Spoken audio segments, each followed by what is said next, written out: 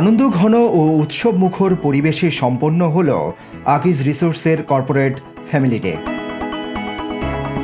23 জানুয়ারি সিরাজদি খান মুন্সিগঞ্জের ঢালিশ আম্বার নিবাস রিসোর্টে ফ্যামিলি ডে অনুষ্ঠানে অংশ নেন প্রতিষ্ঠানটিতে কর্মরত কর্মকর্তা, কর্মচারী ও তাদের পরিবারবর্গ।